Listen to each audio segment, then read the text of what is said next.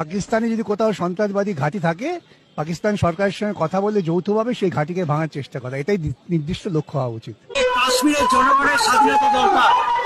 কাশ্মীর যদি আজাদি চায়, নিশ্চয়ই আমরা আজাদির পক্ষে। পাকিস্তানের সাধারণ মানুষ জল পাবে না, এ কেমন নীতি, কেমন নীতি? জঙ্গি ঘাঁটিতে হামলা করবে কেন? কোথা থেকে হামলা করবে? কত ঘটনা হয়েছে পেহেলগাঁওয়ে, কোনো ঘটনার সত্যতা প্রমাণ আছে? পাকিস্তান করেছে, তার প্রমাণটা কোথায় পেয়েছেন? সিন্ধু চুক্তি নিয়ে যেটা হয়েছে, ভঙ্গ করা হয়েছে, সেটা মনে করি গণিত অপরাধ করেছে ভারত সরকার। শুধু ভারত সরকারকে যুদ্ধ করার বিরুদ্ধে বলছি, আমরা যুদ্ধ চাই না, পৃথিবীর কোন প্রান্তে যুদ্ধ চাই না। আমরা অন্যায়ের পক্ষে, আমরা অত্যাচারের পক্ষে। পাকিস্তানের গরিব মানুষদের যেভাবে মারা হবে, সরকার সে যুদ্ধ করছে সাধারণ মানুষদের উপরে অত্যাচার করার জন্য। পাকিস্তানের সঙ্গে কিসের শান্তি, মানেটা কি? পাকিস্তানের লোকেরা গোলা খেয়ে মারা যাচ্ছে, নাকি মজা হচ্ছে? এইভাবে চুপ করে থাকবে, ভারত চুপ করে থাকবে। ভারতবর্ষের জনগণের যে